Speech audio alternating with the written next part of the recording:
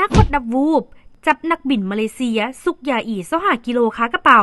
พบสารเสพติดเต็มร่างกายเสี่ยงโทษประหารสถานเดียวข่าวต่างประเทศรายงานวันที่31 กรกฎาคม 2026เจ้าหน้าที่ตำรวจอินโดนีเซียบุกจับกลุ่มนักบินชาวมาเลเซียอายุ39 ปีสังกัดสายการบินมาเลเซียแอร์ไลน์ที่สนามบินสากลสุการ์โนฮัตตาในนครหลวงจาการ์ตาหลังกวดพบการลักลอบขนยาอีจำนวน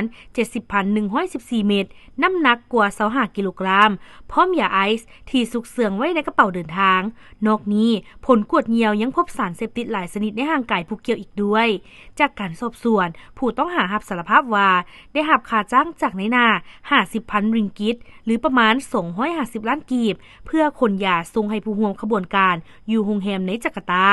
และยอมรับว่าเคยเฮ็ดมาแล้ว2 ครั้งเบื้องต้นเจ้าหน้าที่ได้ตั้งข้อหานำเข้าและครอบครองยาเสพติดในปริมาณหลายซึ่งตามกฎหมายขั้นเด็ดขาดของอินโดนีเซียหากศาลตัดสินว่ามีความผิดจริงผู้ต้องหาจะต้องได้รับโทษสูงสุดคือการประหารชีวิต